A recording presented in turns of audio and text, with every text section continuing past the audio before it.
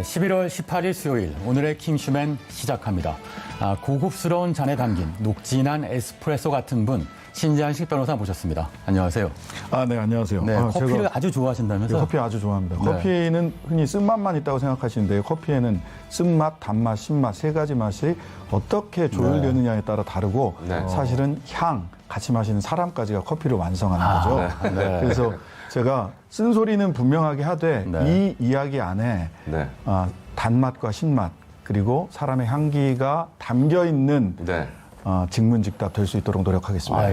에스프레소 비유가 굉장히 마음에 와닿는 것이 에스프레소의 유일한 단점이 양이 적다는 거거든요. 신장식 변호사님을 일주일에 한 번 보기에는 좀 양이 부족합니다. 아유, 야, 감사합니다. 쓰시네요. 네. 자, 오늘도 직문직답, 자, 쓴맛, 단맛, 신맛이 있는 명쾌한 해설을 기대해 보겠습니다. 자, 본격적으로 오늘의 주요 이슈 세 가지를 살펴볼 텐데요. 어떤 소식이 가장 뜨겁게 떠오르고 있을까요? 첫 번째, 청와대 개각 임박.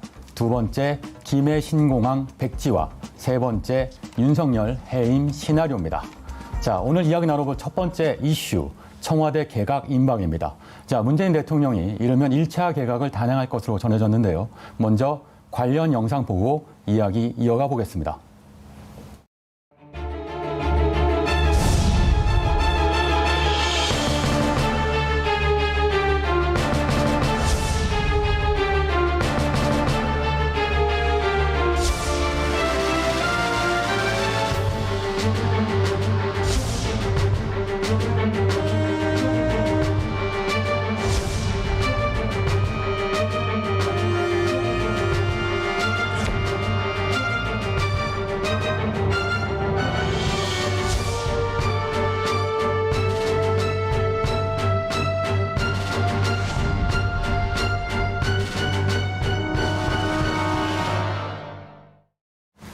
네, 지난 1일 문재인 대통령이 총 12명에 달하는 대규모 차관 인사를 단행했습니다.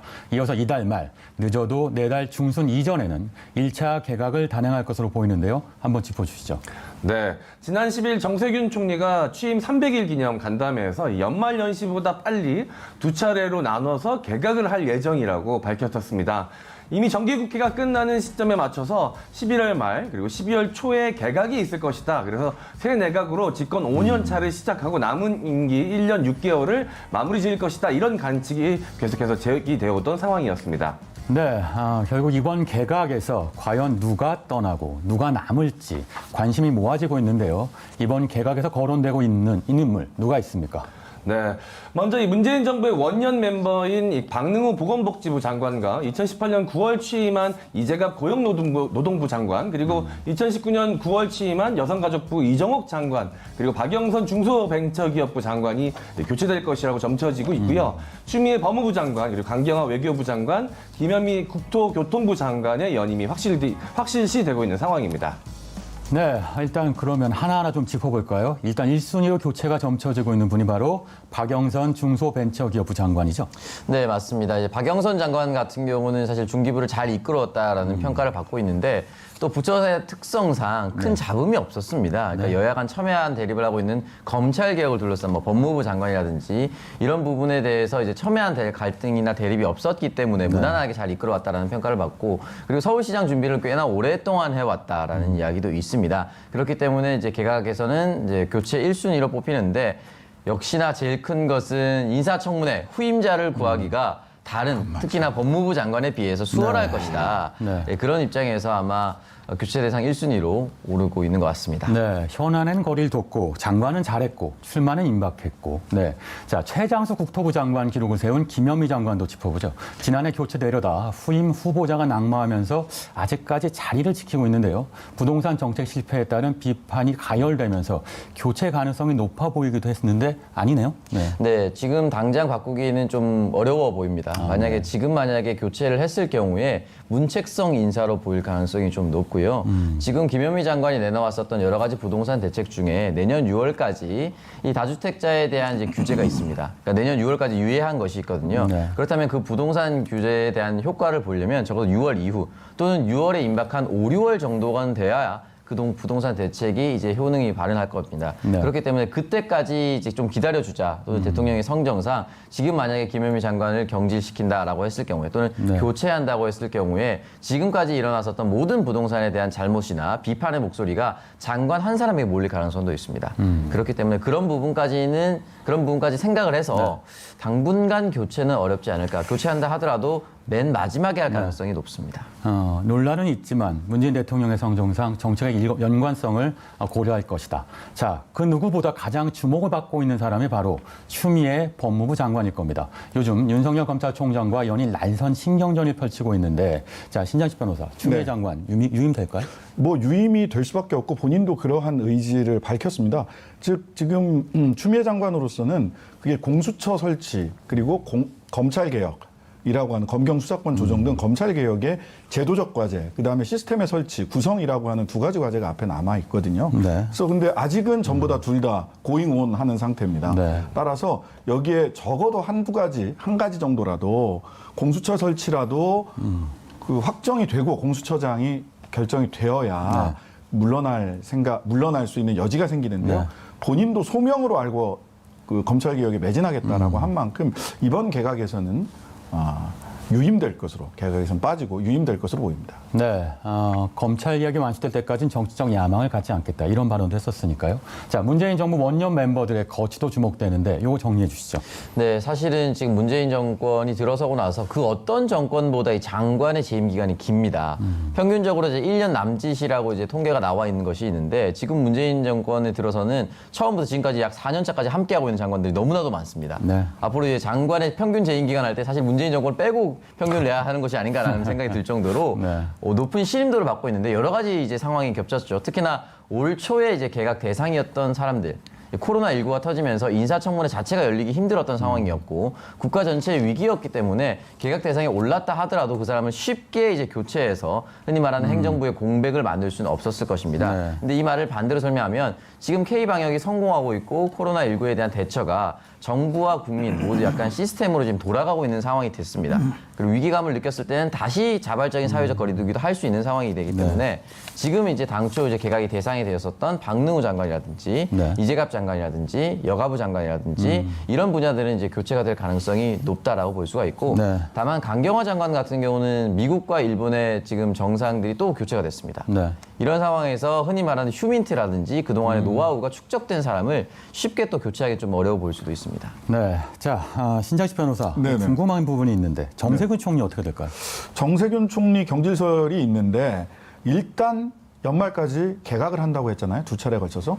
개각을 이후다. 바뀌더라도 개각 이후. 왜냐하면 국무총리가 대통령께 새로운 장관을, 국무위원을 제청을 해서 임명을 받는 거기 때문에 일단 그 역할을 다 하겠다. 최근에 인사수석하고, 청와대 인사수석하고도 만났잖아요. 예, 그래서 일단 개각 이후다. 그러면은 연말이 지나고 나면 내년에 그럼 언제쯤이냐라고 한다면 제가 생각하기에는 재보궐선거 바뀐다면 이전이다라고 보입니다. 왜냐하면 재보궐선거는 잠재적 대선 후보들 간에 지원 유세 각축전이 될 겁니다. 서울과 부산으로 뭐 유승민 전 의원이 엊그제 희망20이라고 하는 단체를 출범한 이유도 그렇고, 재보궐선거에서 본인들이 얼마나 기여하느냐에 따라서 대선 후보로서의 대중성을 검증받는 계기가 될 거라서 개각 이후 4월 재보궐선거 전 언제쯤, 그러다 보니까 뭐 2월 내지 3월설이 나오고 있는 것으로 보입니다. 네, 오찬석 평론가 어떻게 보세요? 네. 저도 역시 이제 보궐선거 이후 정도로 예상해 볼 수가 있을 이후예요? 이후. 네, 보궐선거 전 이후 정도가 되지 않을까라는 생각이 좀 조심스럽게 들긴 하는데, 일단 정세균 총리도 대선 후보로 이제 분류가 됩니다. 그러니까 퍼센트가 잘 잡히지 않아서 그렇지 여론조사를 보면은 여권 후보로서 분명히 후보 중에 정세균 총리가 들어가 있습니다. 그렇기 때문에 이 부분에 있어서는 아마 적어도 민주당 내 당내 경선이 시작될 무렵 또는 그 직전쯤에는 아마 그만두고 나와서 이 대선 레이스에 돌입할 것이다 라고 하는 것이 이제 중론인 것이죠. 알겠습니다. 자, 이번 개각의 메시지는 세 가지로 정리할 수 있을 것 같습니다. 방역 성공, 경제 반등, 그리고 개혁 완수. 자, 두 번째로 전해드릴 오늘의 준비한 이슈는 김해 신공항 백지화입니다. 어제 김해 신공항 타당성 결과 발표가 있었는데요. 발표 내용 들어보고 오시죠. 김해 신공항 검증 결과를 여러분들에게 발표하겠습니다. 김해 신공항 기병원 계획은 안전, 시설 운영 수요 환경, 소음 분야에서 상당 부분 보완이 필요합니다. 결론적으로 김해 신공항 계획은 상당 부분 보완이 필요하고 확장성 등 여러 미래 변화에 대응하기 어렵습니다. 동남권 관문공항으로서 김해 신공항 추진은 근본적인 검토가 필요하다고 봅니다. 네, 김해 신공항 결국 백지화라는 결론이 내려졌습니다. 부산 보궐선거를 앞둔 상황에서 지역의 이해관계가 첨예하게 걸린 대형 국책 사업의 번복이라는 이슈가 터진 만큼 당분간 김해 신공항 이슈를 둘러싸 파장이 예상되는데요. 신장식 변호사 어떻게 분석하십니까? 일단 이 김해 신공항과 관련해서는 크게 보면 한 4가지 입장 정도가 있는 것 같습니다. 하나는 녹색당 등 환경운동 하시는 분들은 비행기가 탄소 배출이 가장 많은 교통기관인데 네. 이거를 왜 공항을 건설하느냐 근본적 반대 입장이 있고요. 그다음에 두 번째는 잠정적 보류. 지금은 논의할 때가 아니다. 이미 그 코로나 사태로 인해서 공항 수요가 항공교통 물량 수요가 굉장히 떨어져 있는데 지금 증설하는 게 맞냐? 일단 잠정 보류하자라는 입장이 있고요. 그다음에 아시다시피 적극 찬성, 적극 반대 이러한 입장들이 있고 근데 이제 이 적극 찬성, 적극 반대가 이 정당으로 딱 갈라지지도 않아요. 지역으로 갈라져 있는데 유일하게 지역 출신, 이 대구 지역 출신 홍준표 의원만 찬성하는 입장을 내서 그 지역 안에서도 조금씩 달라서 이 부분은 향후에 계속해서 논란이 될 수밖에 없고 크게 보면 뭐 찬성과 반대로 나뉘어서 좀 논의가 진행될 것으로 보입니다. 네, 셈법이 참 복잡하네요. 동남권 신공항 추진 논란은 아주 오래된 공방이었습니다. 한참 오래 끌어온 일각인데 오창석 의원이 한번 정리해 주시죠. 네, 이 김해 신공항과 관련된 그리고 가덕 신공항과 관련된 나름 준 전문가입니다. 네, 부산에 출마하셨던. 실제 현역 정치 활동을 할 때도 이 문제가 있었기 때문에 굉장히 많은 공부를 했었거든요. 자, 연역별로 좀 살펴보도록 하겠습니다. 2006년 12월로 거슬러 올라갑니다. 당시 노무현 대통령이 동남권 신공항을 검토 지시를 했는데 이때 함께 추진되었었던 것이 북한이 아니고요. 부산의 북항 재개발 관련됩니다. 아유, 큰일 날 뻔했네요. 2009년 12월에는 밀양과 부산 가덕도 후보지가 선정이 됐었고 11년 3월에는 후보지 두 곳 모두 부적합하다는 판정을 받았습니다. 2016년 6월 박근혜 대통령은 김해공항 확장을 결정을 지었는데 이때 프랑스 업체에게 용역을 맡겨서 사실은 면피용 선택이 아니었냐라는 비판을 받았었고 심지어 박근혜 대통령 대선 공약을 김해공항이 아닌 가덕 신공항을 짓겠다라고 얘기를 했었습니다. 2018년 12월 부의경 지자체장이 김해 신공항을 재검토해달라고 촉구를 했었고 사실상 이 메시지는 가덕 신공항을 유치해달라는 뜻이었습니다. 2019년 2월 문재인 대통령은 김해 신공항을 검증해달라고 다시 지시를 내렸고 2019년 12월 총리실 산하 검증에서 김해 신공항 검증에 다시 한 번 더 착수하게 됐습니다. 선거는 떨어졌지만 많은 것을 남겼네요. 자세히 알고 계시네요. 네, 맞습니다. 네, 자 김해 신공항 안에 백지화 수순을 밟게 되면서 가덕도 신공항에 힘이 실리고 있는데 이에 대한 여야 입장이 좀 갈리고 있죠. 이것도 짚어주세요. 네, 김해 신공항 이 정부 발표에 따른 여야의 반응이 상반되게 갈렸습니다. 이 여야의 반응을 좀 정리해 봤는데요. 먼저 이 권영진 대구시장이 본인의 SNS에 남긴 글입니다. 그동안 정부가 입만 열면 아무런 문제가 없다던 김해 신공항이 갑자기 문제가 생기고 가덕도로 옮기겠다는 천인공노할 일이 벌어지고 있다라고 의견을 남겼고요. 김경수 경남도지사는 24시간 운항이 가능하면서 부산신항과 바로 연계할 수 있는 공항은 현재로서는 가덕도가 최선의 대안이라고 생각한다라고 본인의 SNS에 의견을 남겼습니다. 네, 자 이렇게 권영진 대구시장과 김경수 경남도지사 입장이 갈리는데요. 이게 여야 갈등 같지만 알고 보면 PK, TK 온도차 갈라지는 부분이죠. 한번 짚어주세요. 네, 저는 실은 이게 그렇게 온도차를 정치권에서 확대 재생산하고 있는 것은 아닌가라는 의구심을 갖게 돼요. 왜냐하면 사실은 김해는 괜찮고 가덕도는 안 된다. TK 쪽에서 이야기하는데요.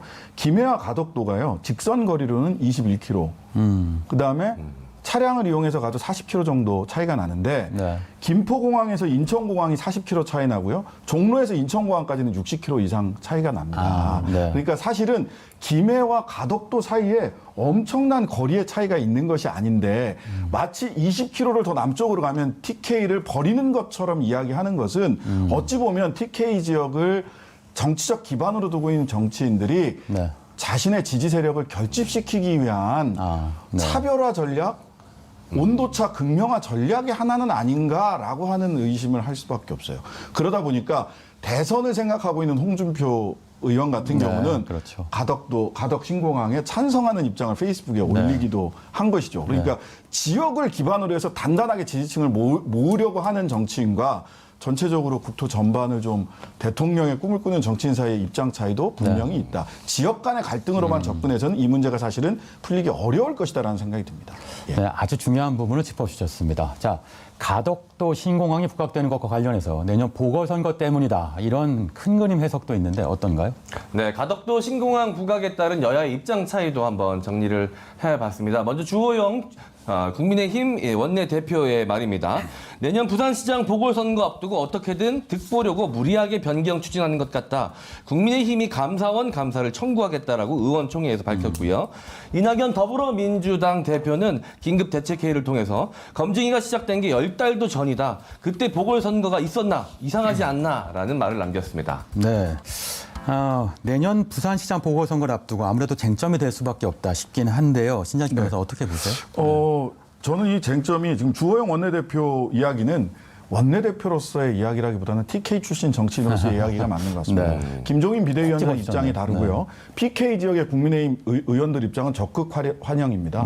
그렇기 때문에 오히려 지금은 주호영 원내대표가 이렇게 또 하필이면 감사원 감사 얘기를 하세요. 월성 감사 가지고 덕을 좀 보셨다 생각을 하는 건지.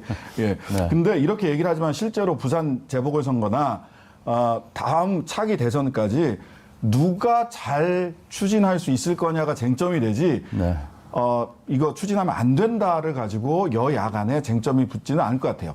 여당의 경우 힘 있는 여당이 부산시장이 되어야 이 신공항 건설에 추진력이 붙을 것이다라고 얘기를 할 것이고, 야당의 경우는 야당 당선자가 있어야 정부에서도 부산 시민들의 민심을 의식해서 야당 시장이 있어야 이거를 더 빠르게 추진해 줄 거다. 그러니까 추진 속도를 높이는데 누가 더 적합하냐를 가지고 논쟁이 진행되지 반대하면서 이거를 논쟁을 진행하는 건 불가능에 가깝습니다. 사실. 추진 여부가 아니라 추진의 속도가 문제다. 자, 부산에 나온 정치 신동. 오창석 평론가 말씀 주세요. 저는 일단은 이 공항이 왜 처음 불거졌느냐, 왜 공항이 필요하냐라는 원초적 질문 답변을 해드리면 첫 번째는 24시간 뜨고 질 수 있어야 됩니다. 그리고 소음이 없어야 되고요. 그렇죠. 마지막으로 이제 군용공항이 지금 김해공항에서 함께 쓰고 있습니다. 그러니까 이거 확장한다는 거는 전 세계 시민들에게 우리나라 군용항공이 어떻게 뜨고 지는지를 보여주는 거거든요. 그러니까 애초에 김해공항을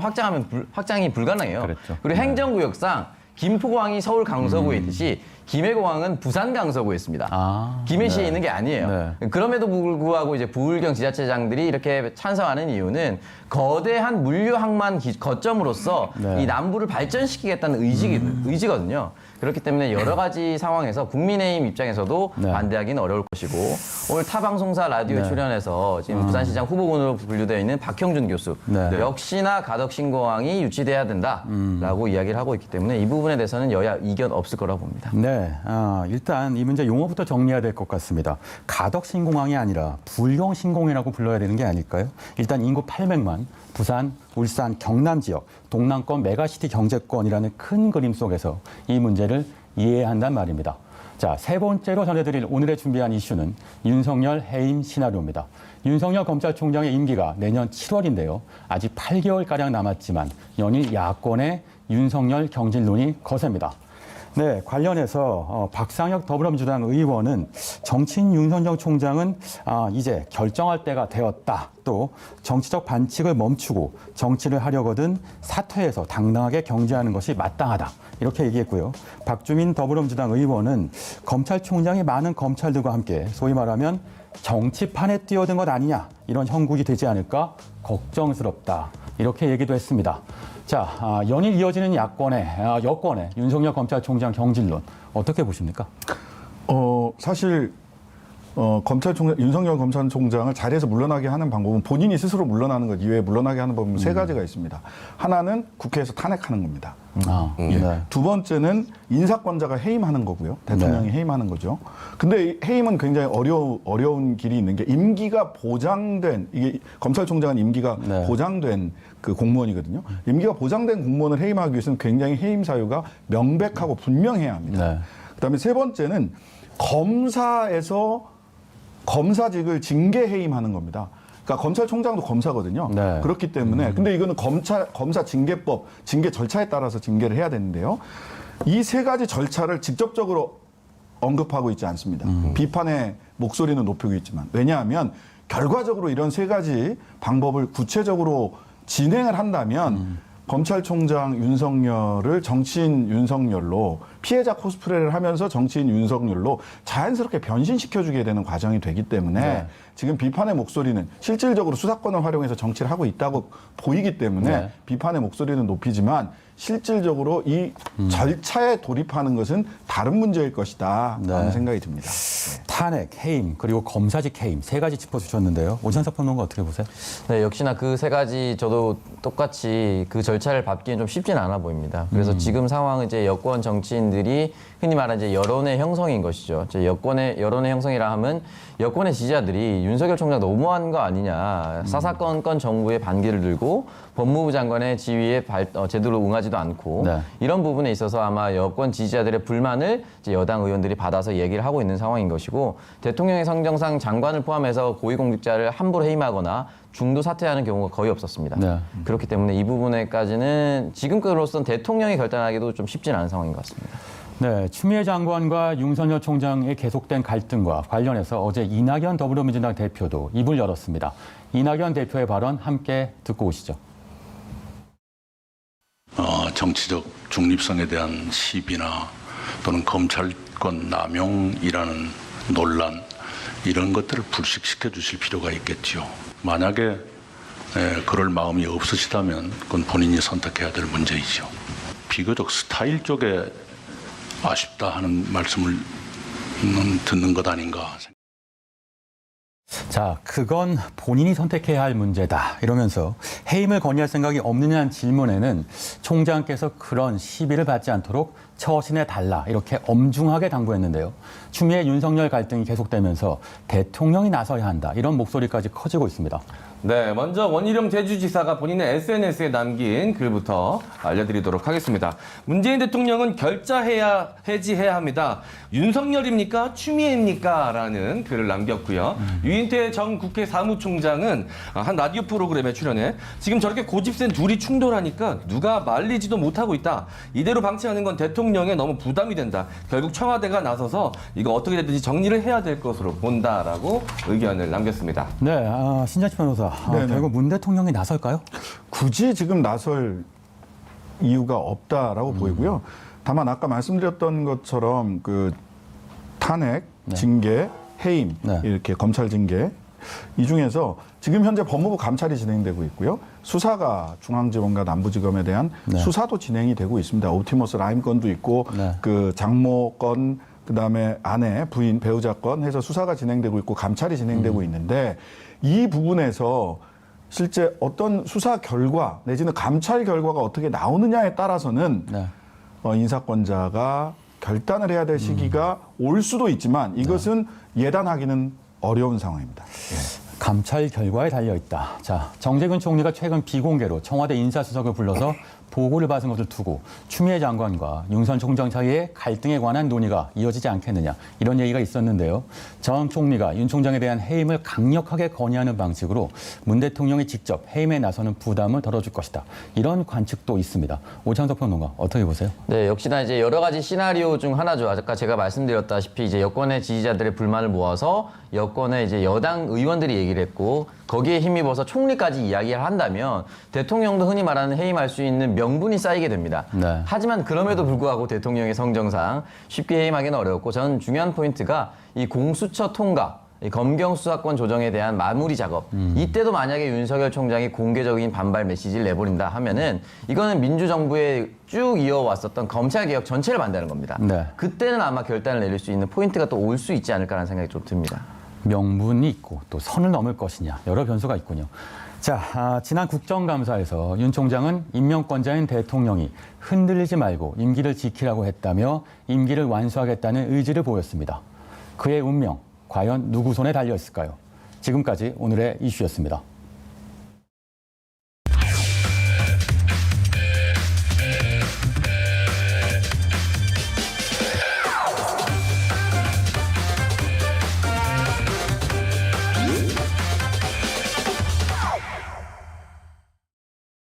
네, 킹슈맨의 우정 담당, 저 MC 장훈과 오창석 요원의 환상의 호흡을 보여드리겠습니다. 티키타카 뉴스, 오늘의 주제는 넌 주식해?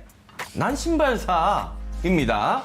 자, 오늘은 제가 정말 개인적으로도 좋아하고 관심이 많은 주제인데요. 바로 운동화에 관련된 이야기입니다. 이 저를 빼고 이 운동화에 관련된 이야기를 하면 굉장히 섭섭하죠. 예. 우리 오창석 요원도 헤어진 연인에게 선물 받은 운동화를 3년째 애지중지 신을 정도로 운동화에 관심이 많은 것으로 알고 있습니다. 그렇지 않습니까? 예, 맞습니다. 매일 신잖아요. 예, 그거. 실제 얘기를 해가지고 깜짝 놀랐네요. 잘 지내고 있지? 잘 신고 있어. 덕분에 제가 좋은 신발 잘 신고 있고, 아무래도 저는 운동화 이제 키 높이, 예, 그 굽높이가 굉장히 저한테는 중요합니다. 네. 맞습니다. 많은 분들이 왜 이렇게 맨날 운동화만 사냐고 구박받으신 분들 많이 계실 것 같은데요. 이게 다 돈이 된다는 사실 알고 계십니까? 요즘 이 주식들 많이 하지 않습니까? 그런데 이 신발이 주식과 같은 효과가 있다고 합니다. 일명 스니커 테크라고 하는데요. 알고 있습니까? 이것에 대해서 우리 오창석 의원? 당연히 신조어니까 들어봤었죠. 사실은 이제 제가 이 마포 인근에 살고 있는데 한 번은 어떤 지역을 지나가는데 사람들이 길을 길게 엄청 서고 있는 겁니다. 네. 알고 봤더니 한정판 운동화를 구매하려고 아침부터 나와서 이제 줄을 쓰고 있었는데 이게 잘만 하면은 정가보다 몇십 배까지 돈을 벌 수 있다. 라고 해서 일명 슈테크라고 불린 것도 알고 있습니다. 네, 맞습니다. 이 운동화가 신금융으로 떠올랐다고 하는데요. 12만 9천 원에 구입을 한 운동화가 3일 만에 16배로 뛰어올라서 엄청난 수익을 거둔 사람도 있다고 합니다. 이렇다 보니 다시 되파는 이 리셀 시장 규모가 어마어마하게 커졌다라고 하는데요. 자, 오창석 의원. 그렇다고 집에 있는 3년 전에 선물 받은 그 키높이 운동화 그냥 가져와서 판다고 다 큰 돈 받을 수 있는 거 아닙니다. 아무 운동화나 되는 게 아니지 않습니까? 네, 맞습니다. 이 한정판만 가능하다라는 것인데요. 이 한정판 중에서도 어떤 사람이 어떤 브랜드와 협업했느냐 이것도 굉장히 중요한데요. 이 나이키가 가수 지드래곤과 협업했었던 나이키 에어포스 1. 이 신발이 사실은 정가는 21만 9천 원 정도밖에 되지 않는데요. 한정판으로 출시되다 보니까 이 리셀가가 약 50만 원 정도까지 올랐었는데 중요한 거는 이 G드래곤의 친필 사인이 들어간 신발. 이 신발은 무려 1,300만 원까지 리셀가가 올라갔다라고 합니다. 네, 이 한정판 운동화, 이 스니커즈 투자가 20대 재테크로 급부상을 하고 있다고 합니다. 무엇보다 이 큰 목돈이 필요하지 않아서 이 주식보다 이 접근성이 더 좋다고 하던데요. 네, 맞습니다. 그 어느 때보다도 이 공모주 투자가 뜨거웠던 올 한 해라고 볼 수가 있는데 이 공모주보다 훨씬 더 이 당첨이 쉽다. 그러니까 당첨이 쉽다라는 것은 누구나 공평하게 무작위 추첨을 하기 때문에 이 신발을 이제 접근할 수가 있고요. 구매만 하면은 이 120 세대가 흔히 말하는 리셀을 해서 돈을 벌기가 더 쉽기 때문에 훨씬 더 이 테크가 쉽다라는 이야기가 나오고 있습니다. 이렇게 상황이 경쟁률이 높아지다 보니까 이 한정판 운동화를 사기가 이 하늘의 별 따기라는 이야기를 들었습니다. 네, 맞습니다. 제가 앞서 말씀드렸던 것처럼 아침부터 줄을 서서 있는 경우가 많은데 사실 줄만 선다고 했을 경우에 이렇게 만약에 몇십 배의 차익을 얻는다라고 하면은 당연히 설만하죠. 네. 근데 이제 이 부분에 대해서는 추첨제이기 때문에 이 응모권을 통해서 추첨까지 가는 경우가 좀 쉽지 않습니다. 그래서 이 전생에 나라를 구해야만 이 추첨에 응모해서 당첨될 수 있다. 네. 이런 얘기까지 나오고 있습니다. 저는 전생에 나라를 구하지 못해서 한 번도 추첨에 당첨이 되지 못했던 거였군요. 네. 이제야 이해가 됩니다. 운동화뿐만이 아닙니다. 사실 명품 그리고 리미티드 에디션 같은 이 한정 희소 제품을 웃돈 얹어서 이 대판 리셀 시장이 폭발적으로 성장하고 있는데 이 인기 비결 뭐라고 생각을 하십니까? 네, 일단 첫 번째는 패션 아이템으로서의 역할을 충분히 해주고 있다라고 볼 수가 있는데요. 사실 아무리 이제 한정판이라고 하더라도 흔히 말해서 예쁘지 않으면 이 구매 가치가 없습니다. 일단 이 한정판으로 나왔던 이 스니커즈들은 대부분 예쁘다. 그러니까 디자인적으로 탁월하다라고 평가를 받고 있습니다. 그리고 그 가치가 당연히 올라갈 수밖에 없고 주변 사람들이 이걸 가지고 싶어하는 마음이 있는데 이 수요는 부족하다 보니까 더욱더 이 한정판의 가치는 올라갈 수밖에 없습니다. 네, 그런데 조심할 게 있습니다. 이 한정판이라고 무조건 샀다가 낭패를 보는 상황도 있다고 합니다. 이 지드래곤이 디자인에 참여한 운동화 중고 가격이 300만 원까지 오를 정도로 인기를 끌었었는데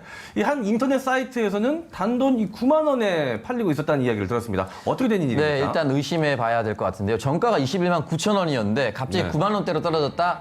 이거는 흔히 말하는 짝퉁, 가짜 제품일 가능성이 높았는데 네. 아니나 다를까 이 제품 역시 가짜 제품이었다라고 합니다. 사실 이제 오픈마켓의 경우 이런 식으로 했을 경우 모조품일 경우에는 걸러냈어야 되는데 네. 이 해당 사이트는 그런 부분에 조금 미진했다라고 볼 수가 있겠죠. 네, 신발로도 재테크를 할 수 있다는 사실, 이 운동화 마니아 분들이 굉장히 기대감이 크실 것 같은데요. 단 시장이 커지고 인기가 많아지는 만큼 이 불법 행위는 철저히 감시를 해야겠죠. 자, 지금까지 MC 장원과 오창석의 티키타카 뉴스였습니다.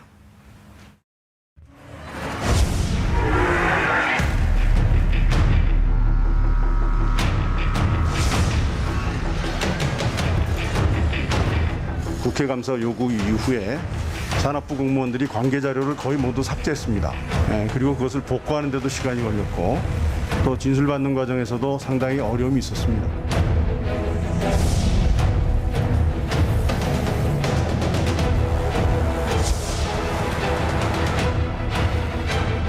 검찰이 이제 정부 정책의 영역에까지 영향을 미치겠다는 것으로 해석될 수밖에 없는 것입니다. 이것은 정치 수사이자 검찰권 남용이라고 저는 생각합니다. 조기 폐쇄의 잘못은 444개를 산자부가 파기한 데서 이미 다 드러났습니다. 뭐를 감출 것이 많아서 무슨 불법이 많아서 그렇게 다 지우고 했습니까? 탈원전 정책이야말로 대한민국을 자해하는 자해 정책입니다.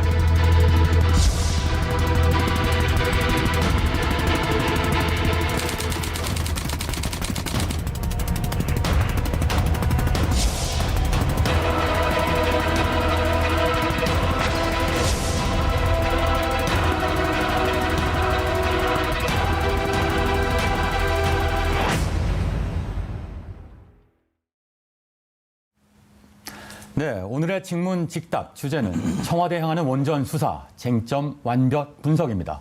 자, 월성 원전 1호기 폐쇄 관련해서 검찰 수사 속도가 조국 전 장관 수사 때와 버금갈 만큼 매우 신속합니다. 일단 원전 수사 쟁점을 짚어보기 전에 월성 1호기 폐쇄 결정 당시 과정을 간략하게 오창석 의원이 정리해 주시겠습니다. 네, 이 월성 1호기 폐쇄 결정 사실은 2015년에도 있었습니다. 그 당시 정부가 이제 수명 연장에 합의를 함으로써 지금까지 운영이 되고 있었던 것이기 때문에 새삼 이정부 들어서 폐쇄를 결정했다라고 보기는 어려웠습니다. 네. 그 전부터 충분히 논란이 있었고요. 2018년으로 거슬러 올라갑니다. 당시 이제 문미옥 과학기술보좌관이 월성 1호기를 방문한 뒤에 이 외벽에 철근이 노출되어 있었다라는 글을 청와대 내부망에 올렸습니다.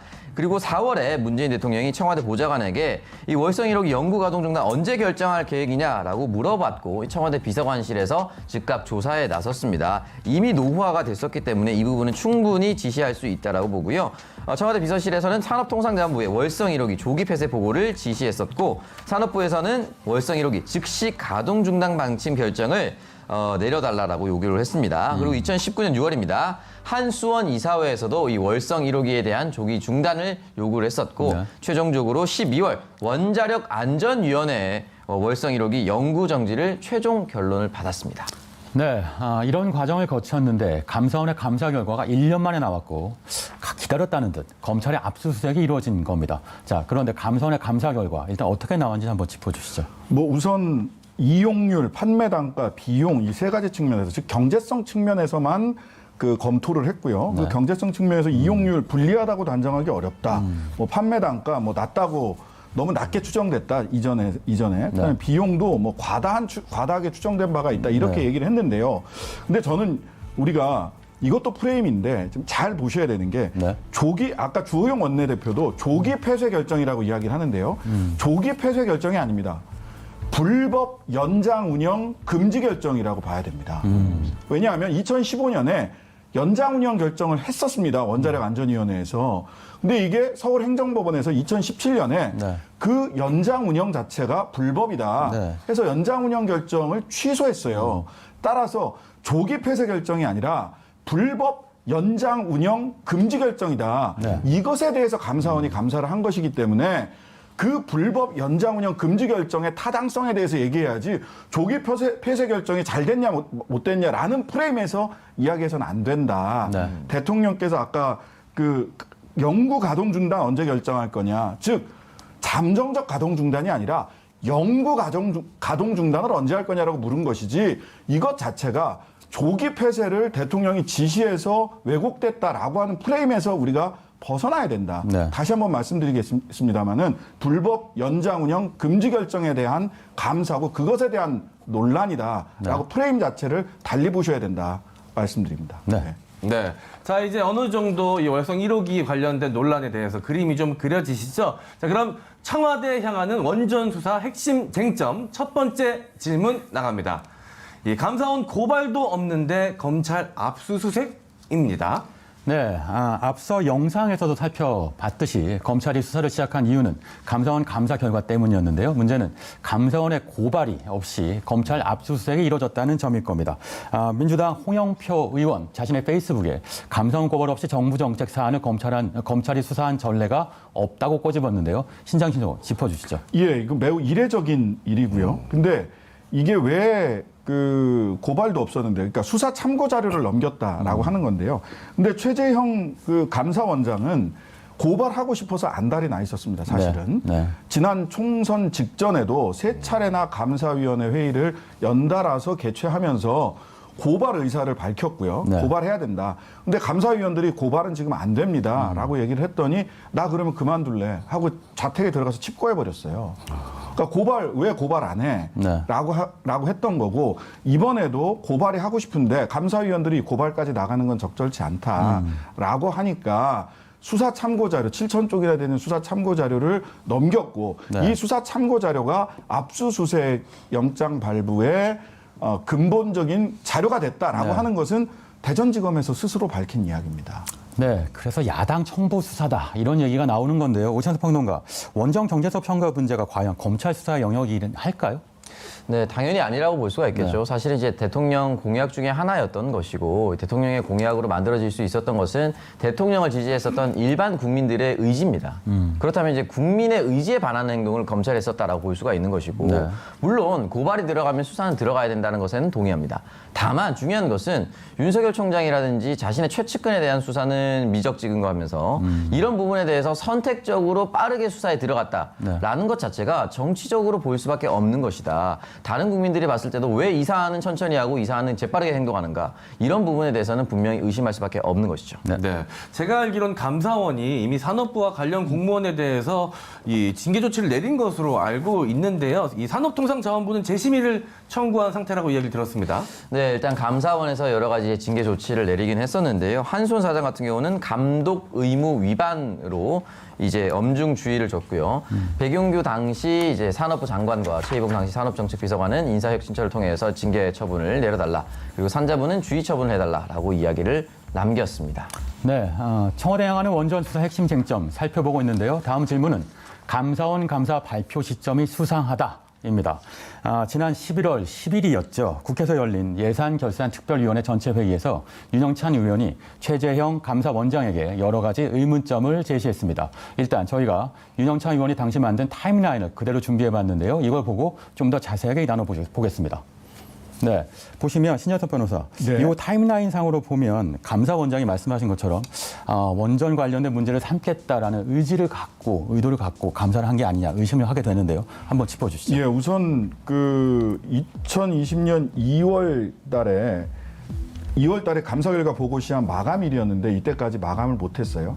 근데 그 4월 9일과 총선 직전 3차례 4월 9일, 4월 10일, 4월 13일 연속해서 감사위원회를 개최하면서 네. 총선 전에 감사 결과를 발표해야 된다라고 이야기를 네. 합니다. 최재형 원장이. 네. 그러면서 고발까지 해야 된다라고 하는 이야기를 했었는데요. 여기에서 그 본인이 왜 총선 전에 이렇게 발표를 하려고 했느냐라고 했더니 국회에 나와서 정치적인 오해를 받지 않기 위해서 총선 전에 발표하려고 했다라고 얘기를 해요. 의아한 답변이네요. 정말 이해할 수 없는 답변이죠. 네. 사실은 정치적 오해를 받지 않으려면 총선 지난 이후에 하는 것이 맞는데 네. 총선 이전에 정치적 오해를 받지 않겠다. 누구한테 정치적 오해를 받지 않겠다는 얘기인지 야당한테 정치적 오해를 받지 않기 위해서 총선 전에 발표하겠다고 한 건지 앞뒤가 안 맞네요. 예, 앞뒤가 좀 안 맞고요. 그다음에 배부를까봐 밥 먹었다 뭐 이런 얘기 같은 느낌이에요. 그러니까요. 근데 그러고 나서 본인이 이제 자택까지 가서 나 그만둘래. 뭐 이렇게 투정을 좀 하셨는데 네. 그러고 나서도 안 되니까 네. 오자마자 복귀하자마자 휴가 갔다 복귀하자마자 네. 바로 감사국장을 바뀝니다. 네. 감사원 인사를 단행을 그게 해서 유병우 국장이죠. 네. 예, 유병우 국장으로 공공기관 감사국장. 예, 네. 감사국장을 바꾸는데요. 유병우 국장이 뭐 전에 어떤 일을 했다라고 하는 것도 그 뭐 박근혜 정권 인수위원회에 있었다라고 하는 것도 뭐 문제가 되지만 네. 그 이후에 저는 행태가 더 문제라고 봅니다. 네. 그 이후에 강압적인 감사가 시작이 됐고 네. 심지어는 그 원자력 안전위원회 내지는 수력 원자력 그 한국 수력 원자력 회사 네. 비상임 이사로 있었던 부산 지역에 있는 대학 교수도 참고인 조사를 하면서 매우 강압적인 모욕적이고 여기가 어디라고 자세 똑바로 앉으세요. 뭐 이런 식의 강압적인 그 감사가 이루어지게 되고요. 네. 그 이후에 이번에 감사 결과가 발표되면서는 수사 참고 자료를 사실상 고발 자료라고 해도 다를 바 없는 수사 참고 자료를 검찰에 넘겼죠. 네. 그래서 이 타임라인을 보면 최재형 감사원장이 정말 작정을 했구나. 네. 라는 생각을 자연스럽게 할 수밖에 없습니다. 네, 바로 그래서 최재형 감사원장과 감사관들이 12일 서울중앙지법에 고발을 당했습니다. 그 이후 역시도 직권남용이었죠. 네네. 근데 이제 직권남용뿐만 아니라 강요죄 등이 있습니다. 강요죄. 이건 네. 직권남용은 실은 굉장히 좀 까다롭고 적용 자체가 까다로운데요. 강요, 협박 등의 혐의도 같이 있어요. 말하자면 직권을 남용해서 특정한 목표를 정해놓고 그 감사를 진행했다라는 점도 있지만 그 목표에 달성하기 위해서 아까 잠깐 말씀드렸다시피 그 한국수력원자력 비상임 이사인 대학 교수 환경경제학을 했던 분을 참고인으로 모셔다 놓고는 여기가 어디라고 자세 똑바로 앉으세요. 그리고 뭐 바깥에 나가서는 네. 절대 여기서 나눈 감사와 관련된 이야기를 하시면 안 됩니다. 그럼 위법입니다라고 얘기하는데 그 말 자체가 위법입니다.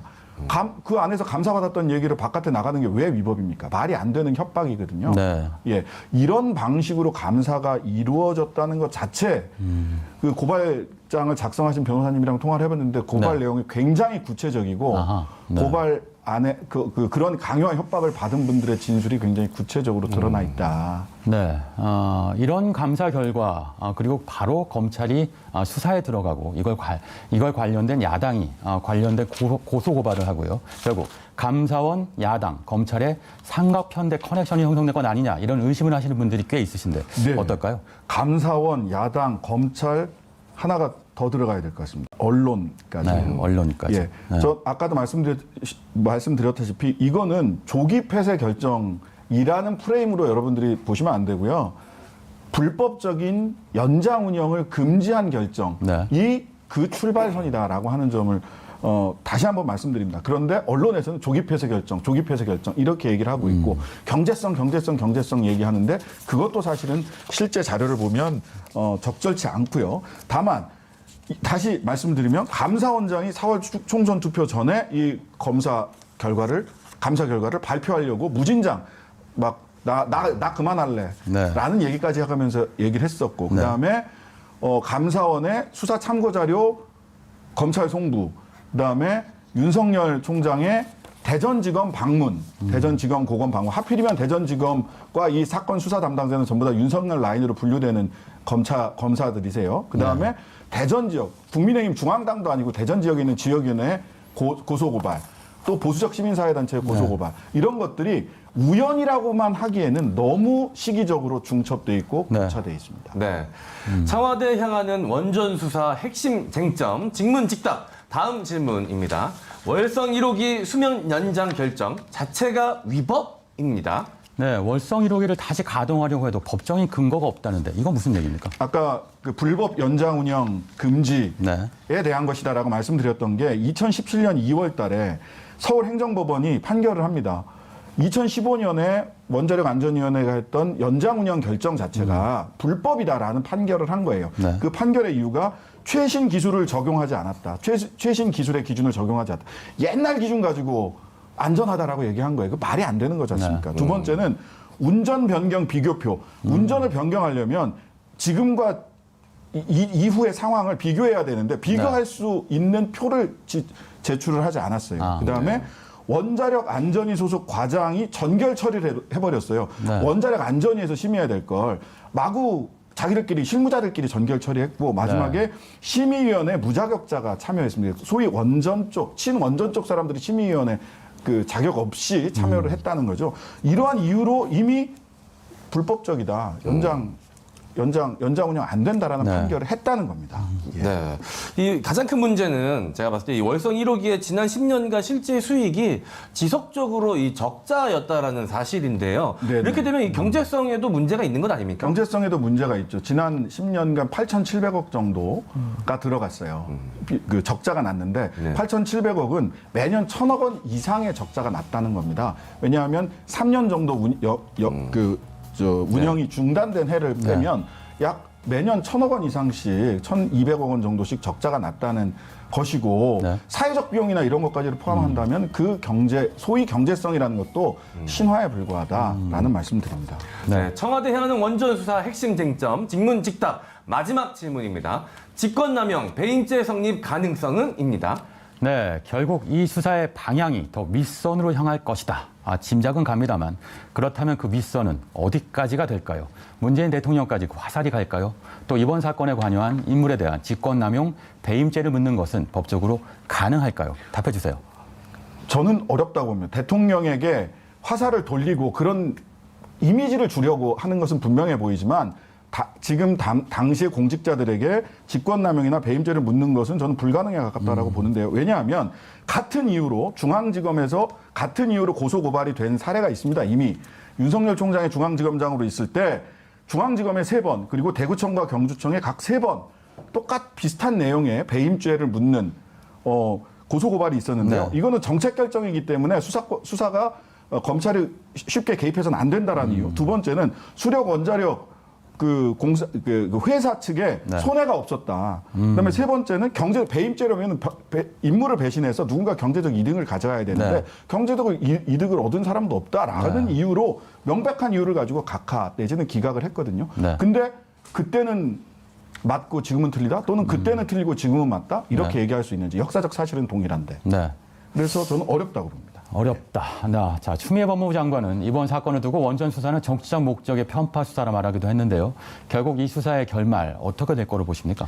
네, 앞서 말씀드렸다시피 이제 2015년 결정 그리고 2017년 법원의 결정, 만약에 이게 검찰이 뒤집으려 한다면 법원의 결정을 뒤집으려고 하는 것이고 대통령이 정권을 창출했었던 국민의 의지를 뒤집으려고 하는 것입니다. 이제 어떤 결과가 나오든지 정부의 정책 역점 사업을 뒤집으려는 것을 검찰이 해서는 안 된다. 그것만큼은 분명히 말씀드리고 싶습니다. 네, 지금까지 청와대 향하는 원전 수사 핵심 쟁점 짚어봤는데요. 살아있는 권력을 수사하는 것이 검찰의 의무다 이런 얘기를 했었습니다. 그거 윤석열 검찰총장의 말인데요. 그런데 살아있는 권력에 그 자신도 포함된다는 사실을 잊지 말아야 하겠습니다. 네, 이어서서 유튜브 댓글 상황을 잠깐 살펴볼까요? 네, 실시간 유튜브 댓글 상황 말씀드리도록 하겠습니다. 일단 신장식 변호사의 이 자세한 설명 귀에 쏙쏙 들어온다라는 의견들이 굉장히 많이 올라오고 있습니다. 그러면서 신장식 변호사를 공수처장으로 뭐 이런 댓글이 올라왔는데요. 요건은 되시죠? 네, 제가 딱 못 박아서 말씀드리자면 안 됩니다. 왜냐하면 킹슈맨에 계속 출연하셔야 되기 때문에 킹슈처장 정도 저희가 임명해드리도록 하겠습니다. 비슷하잖아요, 킹슈처장. 멋있는데요. 네, 그래서 관련돼서 이 월성 원전 관련돼서도 많은 의견들을 올려주셨습니다. 원전 자체가 이미 사양 산업인데 왜 놓지를 못하나? 유럽은 이미 노원전 시대로 접어들고 있는데 전 세계에서 원전을 안전상 무시하고 경제성만 따지는 유일무이한 나라, 이런 의견들이 많이 올라왔습니다. 네, 잘 들었습니다. 네, 오늘의 킹슈맨 마무리할 시간입니다. 결국은 경제다. 유승민 전 의원이 사실상의 대선 출마 선언을 하면서 내건 구호입니다. 하지만 정치가 경제를 말하려면 먼저 차가운 경제 논리를 따뜻한 정치 언어로 말할 수 있어야 할 겁니다. 결국 경제로 하는 첫 걸음은 정의로운 정치일 테니까요. 저희는 내일 오전 9시에 다시 찾아오겠습니다. 함께해 주신 여러분 고맙습니다.